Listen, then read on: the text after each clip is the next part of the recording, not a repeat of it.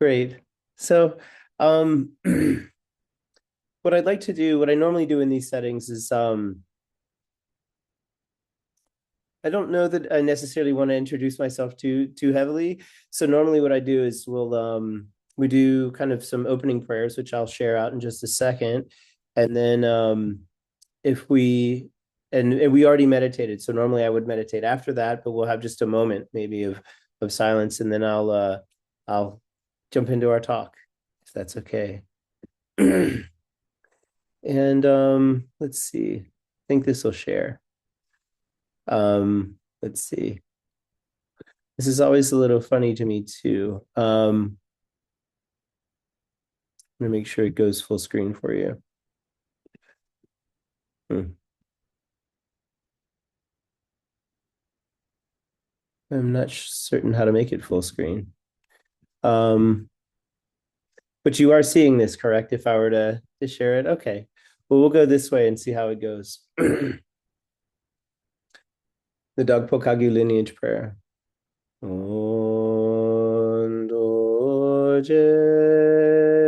changchen telo narodam marpa mila choje gambo pa du son she sha kun kien karma ba ji ji chung ge yu ba zi nan dan Dri tak sa so pa den juk ba so za lan chak ya chi la na nye be nya me zho gong Da Guo Ga Yu La So Wa De So Ka Yu La Ma Nam Yu Pa Zin No Nam Ta Jing Gi Lo Zhen Lo Gong Gi Kang Ba Sun Ba Shem Me Na Ze No Kun La Cha Zhen Me Ba Dam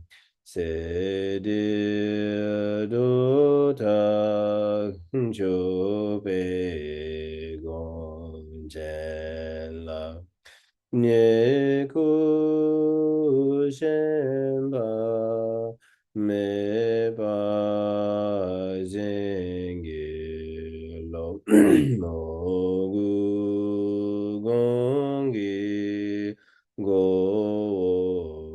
so ba zhen me na te go je be la ma la gyun du so wa de be gon chen la cho mi mo gu ge wa jing ge lo yang ming gong gi no ji sun ba jin gang sha tu pe no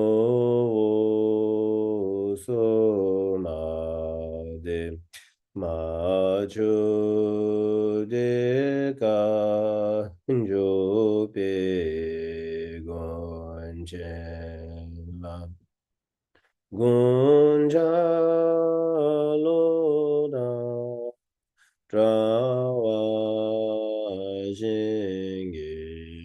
lo nam do no chogu som ba jin chi ma yin ji yang wa la ma ga ro pa cha we gon je la Korde yeme topa jingilo gewa kundu yanda la madam Rame choki bhala long jim sadalangi yonde razone Doje changi gopanyo dojo Doje changi gopanyo dojo. In English, the Dogpo Kagyu lineage prayer. Great Vajradhara, Tilo, Naro, Marpa, Mila, Lord of the Dharma Gampopa, knower of the three times, the omniscient Karmapa, holders of the four great and the eight lesser sublineages, Drikung, Taglung, Salpa, glorious Drukpa, and so forth, masters of the profound path of Mahamudra, unequaled protectors of beings, the Dagpo Kagyu. I supplicate you, O Kagyu Gurus. Bless me to hold your lineage and follow your example. Revulsion is taught to be the foot of meditation. Grant your blessings to this meditator, that this meditator does not cling to food or wealth and cuts all the ties to this life. And bless me to be unattached to honor and to gain. Devotion is taught to be the head of meditation. The guru opens the gate to the treasury of oral instructions to the meditator who continually supplicates him. Grant your blessings that uncontrived devotion arises. Awareness is taught to be the body of meditation. Whatever arises is fresh, the essence of realization, to this meditator who rests simply without altering it. Grant your blessing that my meditation is free of conceptuality. The essence of all thought is taught to be Dharmakaya. Nothing whatever, but everything arises from it, appearing for this meditator as an unceasing play. Grant your blessings so that I realize the inseparability of samsara and nirvana. Through all my births, may I not be separated from the holy gurus, and so enjoy the splendor of Dharma. May I perfect the qualities of the paths and bhumis, and may I speedily attain the state of Vajradhara. May I speedily attain the state of Vajradhara. Refuge in bodhicitta, 3 times. O Sangye Chudang Soki Chunala Changchu Padu Dani Kya Suchi Dagi Jinso Ki Pe Sonanki Prula Penche Sangye Drupa Shu Sangye Chudang Soki Chonang La Changchu Padu Dagni Kya Suchi Dagi Jinso Ki Pe Sonanki Drula Penche Sangye Drupa Sho Sangye Chudan Suki Chonala Jangchu Padu Dani Kya Suchi Daki Jinso Ki Pe Sonanki Drula Penche Sangye Drupa Sho. Until I reach enlightenment, I take refuge in the Buddha, Dharma, and the Noble Sangha. Through the merit of accomplishing the six perfections, may I achieve awakening for the benefit of all sentient beings. Oh, Balden, Sawe, Lama, Rinpoche, Dagi, Chiwa, Pere, Denshi, La, Kadrin, Chimpo, Gongni, Shesun, Te, Kusun, Dugi, Nongo, Sadu, So, Lama, Rinpoche, La, Sovade, Dajime, Gavajine, No, Gomigin, Gavajine, No, Jamin, No, Gavajine, No, Azingime, Gavajine, No, Gavajine, No.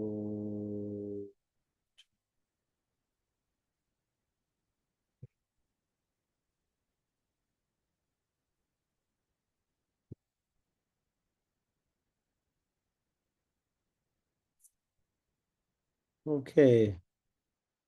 I apologize for the sharing screen not being as not going full screen. I haven't done that in a minute, and so I had too many things pop up on my screen at once, and I didn't want to do even worse, let's say.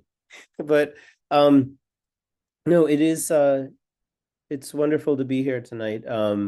It's really it's nice to get such an invitation, and I actually mentioned before the call to Jody that my wife used to go to the Santa Monica KTC about 20 years ago, so I'm abstractly familiar, but it's nice. She was Jody and I think Wendy were giving as well as I think Lisa were giving me kind of an idea of how this group is, and it just sounds really nice and neat. And like I was saying earlier, it's nice to see Bonnie on here as well, who's a long time like a like a Dharma parent to me. um, since I'm meeting a couple of people for the first time, I will say a little bit about myself just to to kind of get that out of the way. Um, who is my Daniel? Daniel, my wife is Anaid, Anaid Kritzberg, but then she would have been Anaid Lopez Rivera then, and she lived in Oxnard. And she wasn't an everyday member, but I think went down when Trungpa Rinpoche and some other people came through. And she remembers you because when I told her I was doing this, she said, "I wonder if Daniel's still involved." So that'll make her happy for me to pass. Um, yeah, so I would have met well, I found the Dharma actually at Bonnie's house that she's sitting in right now. In kind of maybe like the very late 90s, something like that, at in Greenville, North Carolina. And I went to the Greenville KTC for many years when I was in school, and then and met lamas through there, like Lama Kathy, Khenpo Rinpoche, Barter Rinpoche, and so on that came through. And then I started going to the 10-day teachings. And then after several years of doing that along with my Nundro, I did the 3-year retreat with Khenpo Rinpoche. And somewhere in the between of that, he kind of, you could say, I asked him to be my teacher and things like that. And that kind of, you could say, kind of crystallized my path. And gosh, that the 3-year retreat for me would have been like 2008 until around 2012. It actually was a little more than like 4 years said and done. And since that time I've been kind of with my wife living in the greater DC Baltimore region. And I have a son who's about 7 years old. And that's a lot of what I do is just help out in different things with different KTCs and KTD from time to time, and do my practice at home and kind of take care of business that way. So I am a lay person, nothing too but at the same time I'm a married lay person and a practitioner, so you can feel comfortable talking to me about those things if you like. At the same time, that's just kind of my setup. But oh, and I do for a long time I helped out with the KTCs in North Carolina. They've kind of gone through some ebbs and flows. And then I help out with E-Vam, the previous Traleg Rinpoche's organization, a lot. I do several courses for them on virtually a year, and then a couple retreats for them too. So that's kind of me in brief. But if you want later, if anyone has any questions, we can go into that if we need to. So, oh, Daniel has his hands up. Sorry. Yeah, please. Lama Jinpa, I just wanted to make a comment. It's been a long time since I've heard that melody for the lineage prayer, Mhm. and it took me back to my first memory of going to a teaching at KTV with Khenpo Karthar, and I had never been to a Dharma center, and I was a ex-Catholic, and all the tonkas and all the robes really was off-putting. But when I heard the lineage prayer in Tibetan, it's like something about that Yeah. melody just like was just I felt at home. Yeah, no, that's the melody that hits me too. And there's a lot of new ones that are really sweet. I mean, like people, I'm not a great singer, and it's like one of those things where just that one seems like home to me. So I do it that way. But I'm the same way. I mean, something about when I first heard that gave me kind of like the chills or something, you know. And yeah, Chinrezig practice at KTD. I remember the first time feeling like, wow, you know, it's like really peaceful but really resonant, you know, like in the sense that sometimes when things are peaceful they're kind of dead silent or kind of quiet or nothing much is going on. And but you know, it's like thunderously awake at the same time, you know, like yeah. And yeah, so I do know what you mean. But I should know some of the better melodies. There's a lot of really pretty melodies, like Karma was written for things like Tara that like never stick with me, but that I love when other people lead it, and I think it's beautiful. And there's ones that he's had for the lineage prayer that I need to do better and try different things out. But I'm glad I'm glad it helped you, or it was nice. Yeah. So the subject I wanted to do, and whenever there's like a new group of people I'm meeting for the first time, you know, it's a little hard to kind of spitball what's like, you know, most appropriate or like on you know on theme for people. And so I'm okay to pivot when we kind of go to something like questions, you know, or if we wrap up something early. Like you know, I'm okay to kind of talk about anything with a question, I suppose. But I usually like something like the four thoughts that turn the mind to the Dharma because um I think it's appropriate at all levels of practice. And at the same time too, it's one of these things where you never um actually heard someone saying this about like it's a funny analogy, but like you know, talking to young people about why guitars are different than video games. Like you don't finish a level on a guitar. You play it over and over and over, and there's always more things to learn, and yet you can accomplish so much. And that's it made me think about Dharma practice a little, like in that way, because it never ends. And so there's contemplations that are kind of always appropriate, whether you're a beginner or a longtime practitioner. And so that's why I kind of chose that as a theme for now. And and if any of it sounds things we've heard before, hopefully it will provoke recollection. And if not, you know, at the same time, I like to have a fresh presentation of it when I share it with people too. Like keep it a little different than standard. Um, anyway, so the general thing I'd say to start with is like why turn the mind towards the Dharma? Like why do we need to turn our mind towards the Dharma? Is the first thing. Like if we take the phrase of those apart, and the first thing is our current state of mind. You know, like you could say a real quick thing is this is all about motivation. Um, like we all have an interest in the Dharma, I'm assuming, because we're here, right? But like when we sit down to practice or when we're looking at our mind or when we're dealing with our mind throughout our daily life, like our motivation counts for everything.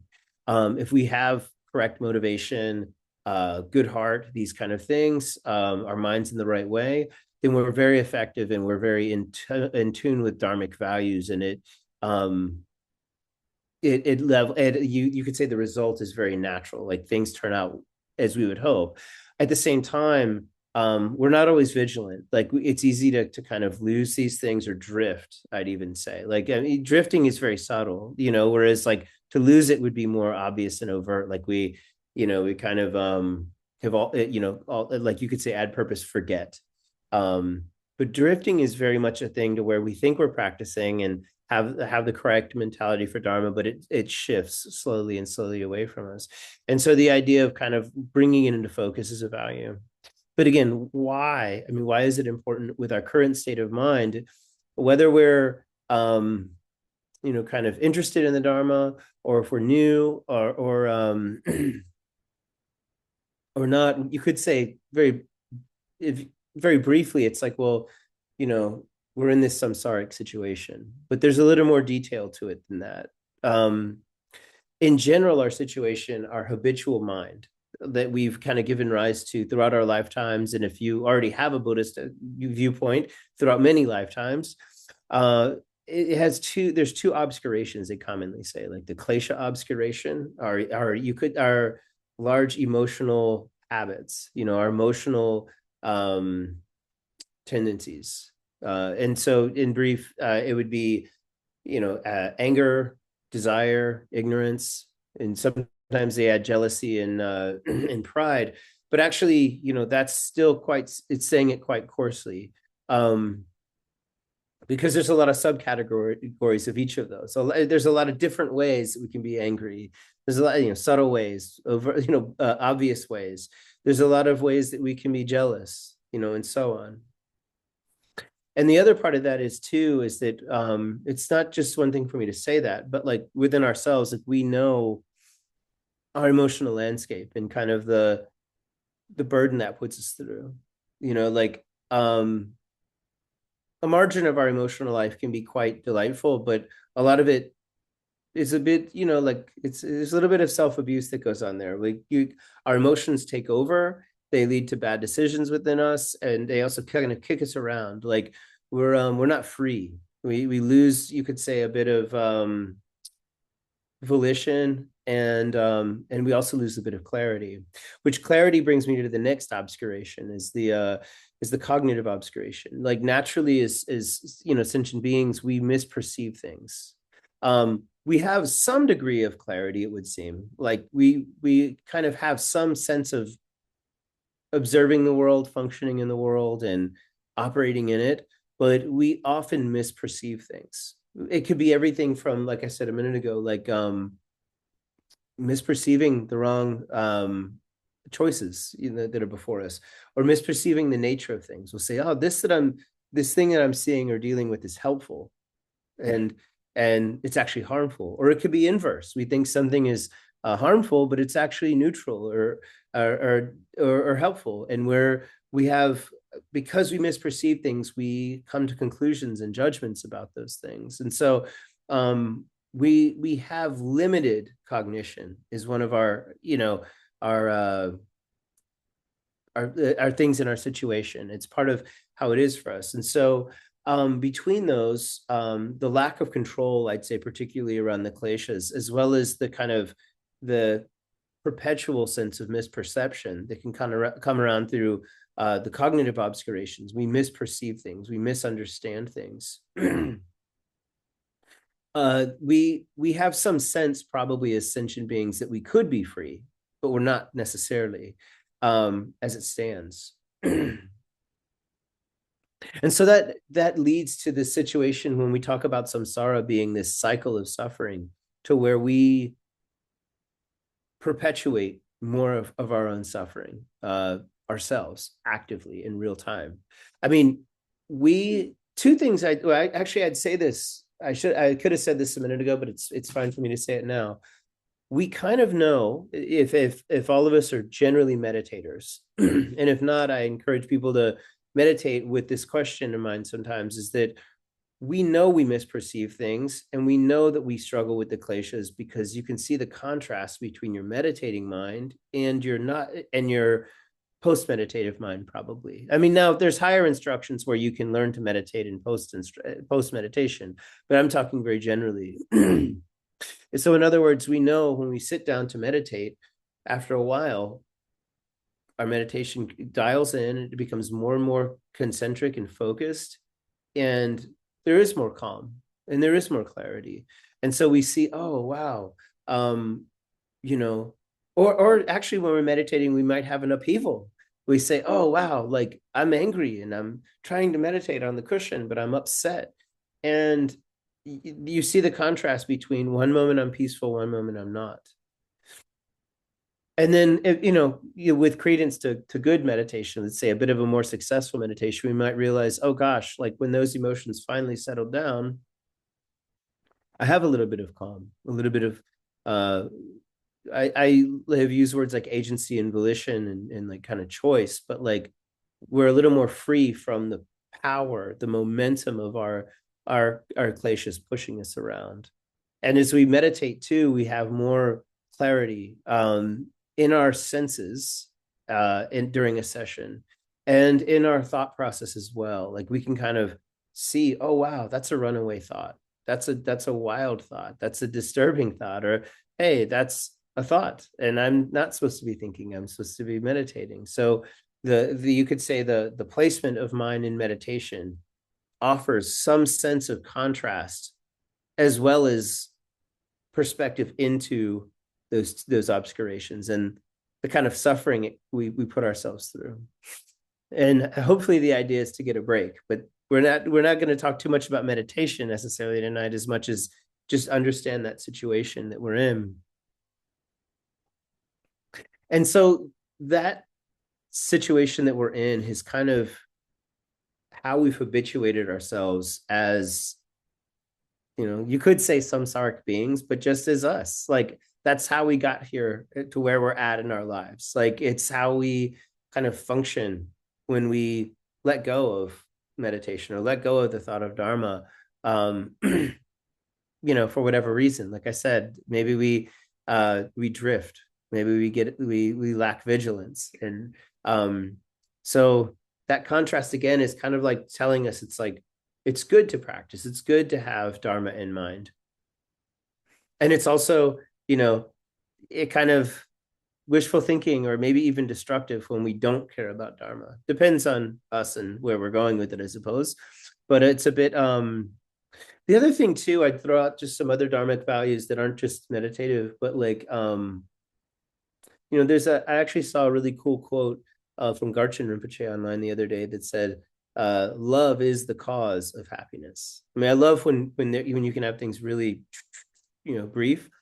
And like we know like the power of love and bodhicitta, but it's very hard to practice consistently and with, under all circumstances and at all times. And so like that would be an example of something we know, but again, it's easy to kind of forget or drift or something like that. And we want to keep it on a high, we want to be very motivated and kind of calibrated to be that way all the time in all circumstances.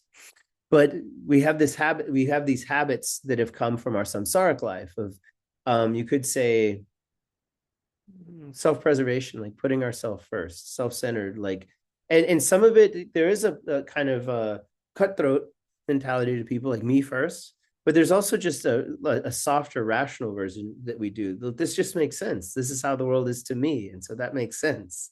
It's like it's softer and it's sensible. It's not necessarily pushing someone out of the way in line, like me first, but it's definitely me centric. And so there's lots of ways we can drift as dharmic people. And it's also worth saying because we create a cycle to where this all perpetuates. And what is it perpetuating? Itself, but it's also perpetuating our own suffering, our own, like we kind of build this out for ourselves, but we're also the one who receives it. Like if we, if we put mindlessness in our lives, we get kind of wobbly results back. If we put unkindness into our sphere, our social sphere, then we get pushback, from others. It's or we have to kind of live in kind of a disharmony with others. So it's we kind of create our situation, and at least to some degree we play into it. if you know, the other people are actors in it too, but we're the one who experiences it our way. And so that's what this is really talking about. Like, what does it mean to us to create our own suffering and then receive it, you know, back. So these are four contemplations, or they kind of draw us into our dharmic motivation. Um, and again, they're designed to disrupt our habitual approach. To basically, I mean, our habitual momentum, like I said, it's been there for much of our lives. It's like if you talk about something like the kleshas, they're very powerful. It's like our mind is overpowered by the kleshas, like, you know, overpowered by anger, overpowered by desire, no clarity, no clear thinking. You know, like we see things the way we see them. We've always seen them that way. Well, how can we disrupt that? We need something to kind of change us.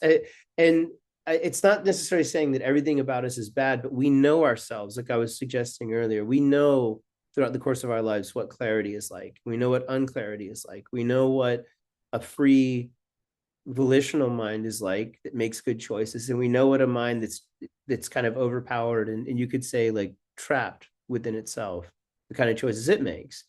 So the idea here is kind of to disrupt the habitual tendency. The bakchak is the Tibetan word for it, and bring us towards, you know, kind of our better self, you could say, closer to our mind of awakening, the mind that can awaken, or our Buddha nature. So the four thoughts that turn the mind to the Dharma come up a lot, but at the beginning of a lot of teachings, advanced teachings, actually. The most common one, it's weird. People think it's not advanced, but if you teach it now in the world, it's hard. Is Tonglen. Tonglen is not necessarily advanced in the sense of that it's like esoteric or hard to get the teachings on it. It's pretty available, but it's hard to do. It's emotionally hard to be compassionate in the world now, and it's hard to it's mind training. And so like the idea of pushing our mind further and really squeezing it and examining it hard with a lot of truth takes a lot. And so these kind of four thoughts that turn in the mind to the Dharma come up before those teachings. And also it comes up before Nundro. For those of you, you know, who you could say, actually, let me say something first. These are sometimes called the common preliminaries. This I should say first. The common preliminaries, the phrase of the common preliminaries comes up in Nundro, and then you also hear what's called the uncommon preliminaries. The common preliminaries have the name common. It doesn't mean that everyone gets it, so to speak.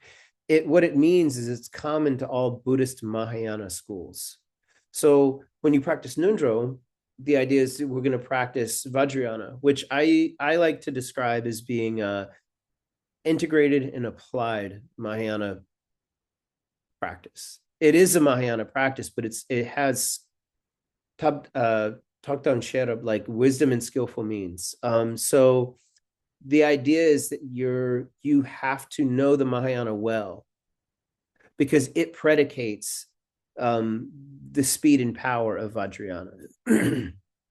And so Nundro is kind of the beginning. You know, they call it what goes before, is what the syllables translate out to. And the idea is that is to be able to practice Vajrayana, you need a foundation that's very solid. And so the foundation itself is common teachings and then uncommon. The uncommon ones are like they're Vajrayana preliminaries. They're like Vajrayana practices that are not common to all Mahayana schools. Like, so if you were to go to let's say meet someone from a Zen school, they would not have a Vajrasattva practice particularly, or a mandala practice. Maybe, but it wouldn't be a sure thing. Whereas if you were to go to a Zen school as a Tibetan student and say, what do you think of impermanence? Which I should have said this list. The four contemplations themselves are uh, precious human birth, impermanence, karmic cause and effect, and samsara, and the downfalls of samsara. And each session that we meet, I'd like to talk about one of those. But my point being is, if you were to go to any Mahayana school of thought and say, what do you think of impermanence? They'll say, yeah, impermanence is something we observe and try to believe in. You know, we observe it, and it makes sense to us. Or if you said karmic cause and effect, do you believe in this, or do you disbelieve in karmic cause and effect? They'll say, I believe in it. You know, and so why do we have to have these common preliminaries? And this is actually, it's a little bit of a sales pitch in the middle of this, I'd say, because it's kind of telling you that these 4 points are you could say, like, some of the final statements or the final distillations in brief of Mahayana Buddhism. Meaning, if you didn't have much time, or if you needed to have like the conclusive points put to you very quickly and say, well, I to practice more powerful teachings, I need to have the right view and the right approach on 4 things. What's it need to be? I mean, if you say 2, you could say real quick, Mahayana is like wisdom and compassion. But if you want to break it down a little more specific, then these ideas come up. And you and they're also important because if you were to practice something more advanced and not have that resolved, like if you have a point of view, I'll give you a common one that comes up a lot. When people hear about emptiness in higher teachings, they start to think, well, if this thing is empty and that thing is empty and the other thing is empty and I'm empty and they're empty, then nothing matters. Like I can get away with anything. I can hurt others, or just who cares what happens? And I mean the big who cares. I don't mean a light version of letting things go, like you hear that in teachings, but I mean a great case of saying this is all just nothing matters. It's oblivion. It's whatever.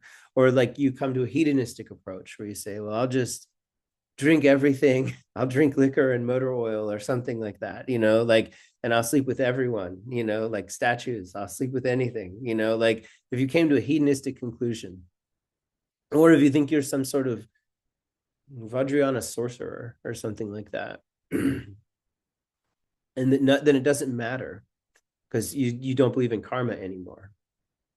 Then you'd kind of have fallen off into an extreme belief. So the idea is that basically you need to have before a person learns emptiness, they need to have a solid belief in something like the understandings of the law of karma, because we already have habitual tendencies that tell us who cares, or this matters, but I can get away with it. And where has that gotten us? Do you see what I mean? So if we learn something useful, like, hey, ultimately everything is empty. It's of a pure and open emptiness. It's these kind of statements. If we hear those and we're working with them and we misapply them, we can create more trouble in our life than we would development, you could say, spiritually. So that's why these thoughts, they're just contemplations. They're not hard practices, but they're taught first.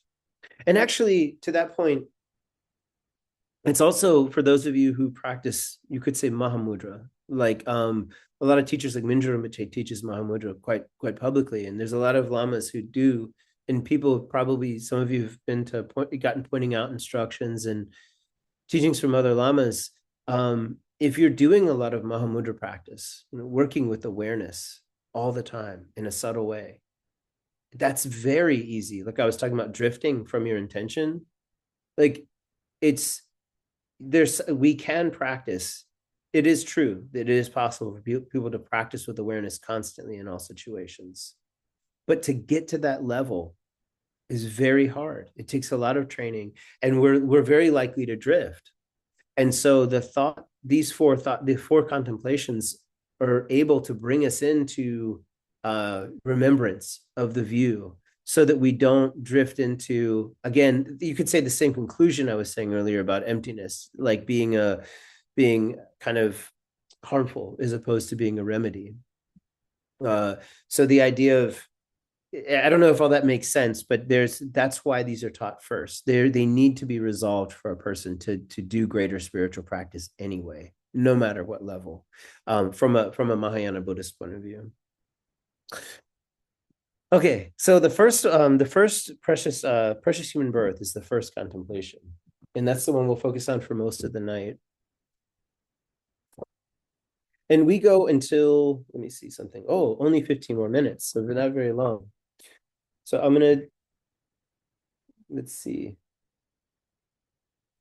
I'm gonna go through Khenpo Karthar Rinpoche's text that's actually the Nundro text for the 3-year retreat. Sometimes it's this is one of the few things from the retreat you can share certain parts of it. And Rinpoche says, actually, to just the overview of the 4 thoughts, Rinpoche says the importance of these contemplations lies in that all our mundane work and activities are based on the misapprehension that the world and the things of the world are permanent and therefore meaningful. Through that misapprehension, we engage in all these mundane activities, which, based upon grasping onto and maintaining the incorrect idea, are wrong, negative, and harmful. As long as we have this incorrect idea about the way the world is, we will never think of Buddhahood. So if we get caught up kind of in our own worldly ways, like caught up in our emotional life, caught up in work, getting ahead, thinking that things will last forever, these endless pursuits that we put ourselves through as a person, like I don't know, get rich schemes, get rich quick schemes, or like kind of like some new way to get healthy. None of these things are so bad in themselves, but they're just self-perpetuating. Like we do it a little, then we end up doing it a lot, and it never ends. And we never think of Buddhahood. We never sit down to practice. We just kind of say, I'll get around to it. In the absence of a teacher, without these incorrect ideas that the nature of the world is impermanent and so forth being pointed out, everything we do is basically negative. Like left to our own devices, if we were to examine it with real clarity, then basically much of what we do by our own habit is negative in some degree. Some things are outright negative, and we know that, but there's a lot of things that are kind of like negative through ignorance, like, kind of like or just kind of tuning out. A lot of that in our modern North American lifestyle, kind of just tuning out. That which turns your mind from this negativity to virtue and changes your course of action is called the thoughts that turn the mind. Okay, so a precious human body, that type of human body, is said so often to be superior to that of a god as a human body. And that is precious in having these 18 conditions. And the 18 conditions are the 8 freedoms and the 10 resources. So we'll see why it's better than a god if wow, I might be short on time to do it, but we'll see. But this is an interesting thing. They say a human body is more precious than that of a god because gods can't practice dharma, but we can. God's lives are so perfect, so idyllic, that they never think to practice dharma. They just think they deserve the good fortune and good merit that they have. Long life, beauty, success, this kind of thing. And we see that in the human realm too. But the idea is that if it's not used for virtue, like if we don't use our body for virtue, a mere human body is no better than a god. It's actually far worse, because gods at least kind of just sit in their own sense of well-being. But a human body, we can do a lot of non-virtue with it too. Like we can harm a lot of others. And it says a human body becomes a very powerful vehicle, causing one to be born again and again in the lower realms, especially in the hell realms. So actually, let me see something.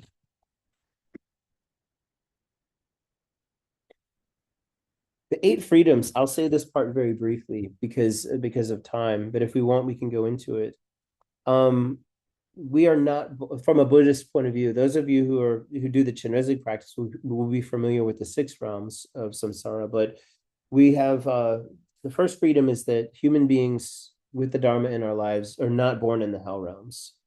The second is that we're not born as hungry ghosts who suffer from kind of in this, in this kind of dissatisfaction and hunger, basically, agonizing hunger. The third unrestful state is that of the animal realm. We see that animals have, like they suffer from prey and predation, basically, constantly. The fourth is within the human realm, but there's humans who are seen as a barbarian, which that's just a terminology. But the definition that we're actually talking about here is someone who's been in a country that's never heard of the Dharma. And by that I mean the teachings of the Buddha, but also like think of people, beings in places where there's no access to just even the general principles of compassion. Maybe like a war-torn country that for generations has had warfare. And so just the idea of peace is not known to them. The fifth is not being born as a long life God. So gods, they're again, like I said, they have such intense pleasure, they don't care about suffering. They've kind of said to themselves, like, I'll never suffer. But they struggle because of impermanence. When impermanence finally hits, they haven't done anything virtuous. They've just kind of wallowed in their sense of well-being. The sixth unrestful state is having wrong views. So a lot of beings, you could say,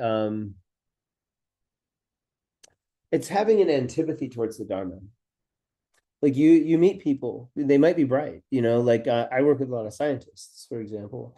But you may see people who say compassion, why? Emptiness, no. Like thinking of others, like why? I mean, they might be a bright person in many other regards, but these general principles that we have towards Dharma, they may think it's crazy. And that why would you do these things? That doesn't make sense. Like they think it's backwards. It's a wrong view about the whole thing. A seventh unrestful state is to be born at a time where there's no Buddha, meaning like right now we live in a world where the Buddha has existed, but throughout the history of the world, that wouldn't have always been the case. If you would have been born 4,000 or 5,000 years ago in this world system, there's no Buddha that you would interact with. Ever. None of the teachings of the Buddha would have existed then. So it would be, you wouldn't have any access to the idea of of Buddhism. And then the next is, it says, they call this one dumb, but I think of it as incommunicable, like people who can't communicate. They may actually have exposure to the teachings, but they're not able to hear it or see it or comprehend it. And actually, to this point, I have to say something too. All of the beings we just described, all these different situations that are not like our own, we have these freedoms. But the issue is, all beings actually have Buddha nature. We cannot forget that this point is, just because someone has wrong views, for example, or if they can't see the Dharma or hear the Dharma, doesn't mean they don't have Buddha nature. Or because they're in the animal realm or the hell realm, all beings have Buddha nature. So it's not a statement of that. It's actually saying that but not all beings have these freedoms that we have. That's the distinction. We have that circumstance. I'll breeze through the 10 resources because we end in about 10 minutes, right? Yeah. Or we can save them for next time if anyone has questions, and we could do that because some of the next classes will go much faster, I think. Would anyone want to add, like, are there any questions at present? Because I spent a long time on the whole rationale of the four thoughts. Bruce, Daniel, yeah, here we go.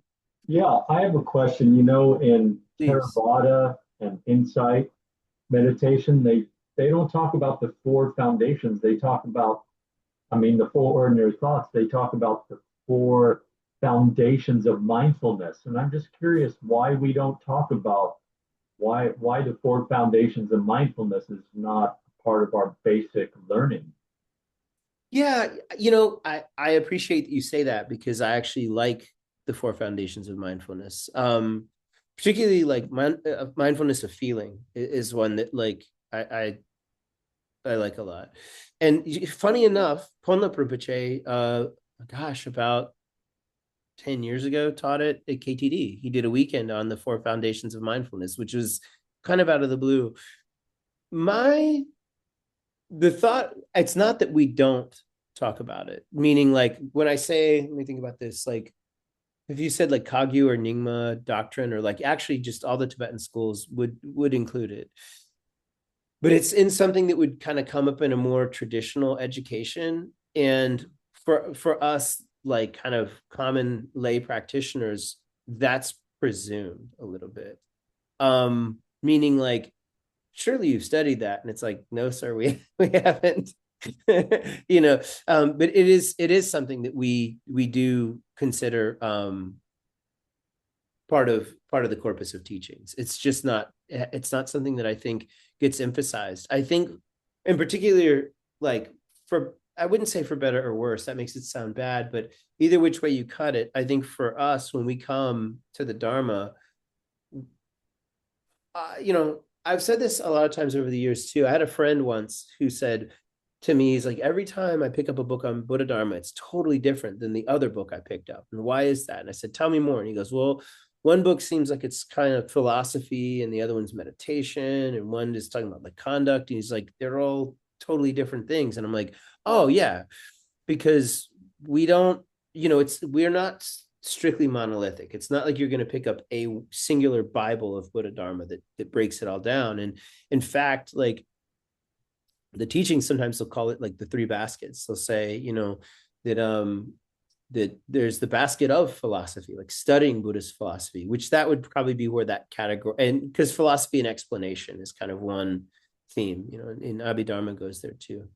And then if you said like conduct is like a whole theme, we don't get hit too hard with conduct in the West because we're not heavily monastic. I mean, there are good monastics here, but we're not at large a monastic culture, and that theme really gets big, for monastics. And then meditation is the other theme, and it's but those three subjects, are kind of massive, and you can, gosh, I mean, you could write, there are volumed books on all of those. So it is one of those things where like the four foundations of mindfulness, I think is very useful. Mindfulness of what is it? I don't know them off the top of my head like I should. It's a little late, but I think like mindfulness of form, mindfulness of feeling, uh mindfulness of phenomena, I think is one. But I might have to pull out the old Google. Isn't mindfulness of thoughts the fourth one? Yes. Yeah. Okay. That sounds right.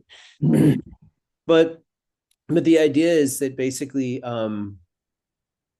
I think for us too, and you know what? That's in the ocean of definitive meaning. If I would bet money, um, but the idea is that for us, I would say that also. When I say us now, I am definitely talking about Karma Kagyus. Those type of meditations come up within the Mahamudra instructions, like as we learn to meditate. And I don't mean like these are today. I was kind of starting in on contemplations of motivation in Dharma. But when you sit down to when you sit down to meditate in Mahamudra, and they actually say, okay, do this with your body, and you sit a certain way with your body, and place your mind in a certain way, and then when thoughts comes up, here's how you work with that, and how you look at thoughts. Thoughts arise, or they appear to, or they arise, they're there, and then they dissipate, or they appear to arise, they appear to stay, and they appear to dissipate. And there's a distinction between those. And so in other words, it's the four foundations of mindfulness are kind of baked into the larger Mahamudra instructions. And, similarly, we work with the feeling body and things like that too. Thank you.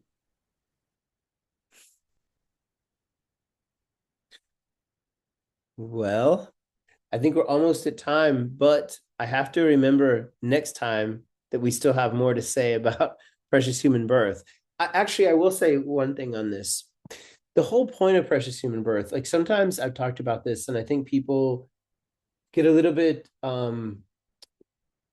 if you come right to a Dharma center here, they'll teach something like Chinrezig, which has these very compassionate contemplations about the hell realms and the hungry ghosts and things like we started in on tonight. And sometimes people, they understand compassion a little and they're motivated about that, but they're like, what's with all this taxonomy and it almost sounds like zoology a little, like these different realms and different creatures and things like that. And what's that, do we have to believe in all that or not, is this question that comes up. And I think the most important part really of this teaching, well, it is important to understand these other states of being, like, that we have freedoms that other beings don't. We have Buddha nature. Like my dog has Buddha nature, but if I put the Milarepa songbook in front of him, he won't understand a word of it. If I put it in front of my son, who's not yet motivated to Dharma, like I wouldn't say he has wrong views, but he'd be like, who cares? He's a kid, he's 7, like, but if I put a Nintendo in front of him or a football, like he's excited, and that's, probably makes sense in its own way. But the idea is that we have Dharma in our life now, and it's a precious thing, but it's not necessarily it's not something that's a guarantee, and to that, why is that important? Because it's important because of the sanity and opportunity it brings us. Like we can learn to be more kind, we can develop clarity in our mind, we can have more calm in choice in how our mind works, rather than just total pressure within itself, like mind turning in on itself and habits running the show. And so that's why it's so important, but it's a circumstance is part of why I say that. It's like this being in our lives is not something guaranteed. It's something that has happened due to merit that we've practiced, and that theme will come up again later as well. But the idea that sometimes I'd go so far as to say, like, when you talk comparative religion, like some people say, hey, we're the chosen people, like, and we are very much like, there's something close to that actually with Buddha Dharma. Like we're the very fortunate people, I would say. But chosen people brings up a lot of other things, but we're very fortunate. Like it's not the kind of thing that it's not a miraculous circumstance. Like we are very fortunate. And the number of beings who don't have access to the Dharma or cannot develop their Buddha nature is infinite by comparison. Like we're so few. They say it's kind of like seeing stars in the sky, and only like one of those stars could be, like, that's how our situation is. Or if you were to see, like, pick up one grain of sand and then look at all the grain of sand in the Ganges and say, like, the rest are the sentient beings, these are the people who have any exposure to Buddhism. And I don't even mean like good Buddhists, I mean just exposure. Like there's endless sentient beings in the seas, or if you pick up a rock, is the classic example, and you look under a rock, there's, there might be 6 people in my house right now, but if I turn over a rock, I might see 6,000 little insects, and if I took out a microscope, it might even be, who knows, like millions, I don't know, like, but but none of those beings they don't want to suffer, just like I don't want to suffer, but like, what can we do about it? That's why we practice the Dharma. Hopefully we can do something about our situation, is why. Wait a second. Just checking if something was in the chat. But if there's no more questions, I'm okay to stay for questions if there are. But I did, in the interest of time, I will, let's see. Are you guys seeing the dedication? Cool. I wanted to say thanks again for having me for the first time, and hopefully I'll get to meet more of you next time. I do like discussion and back and forth, so we didn't get too much of it this time, but I'll leave that for I'll let you guys get at me next time more. So But thank you for now. Sonam de tamji zigba ni robne ni be Tranam Panji ni Chega Naji Bala Drupa Yi Sibe Sole Drowa Nyodro Sho. By this merit, may we attain omniscience, may it defeat the enemy wrongdoing, and free all wanderers soon from the ocean of existence, churned by great waves of birth, old age, sickness, and death.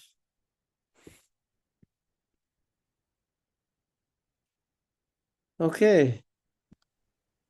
Thank you, Lama Jinpa. It was so great. That was excellent. Thank you. Yeah. Very much. I'm going to be contemplating. Oh, cool. Next, I'll get into it more next time too. Awesome. Thanks, you guys. See everybody Looking forward next to month. it. See everybody next Thursday. And see you next month. Thank Yes. you.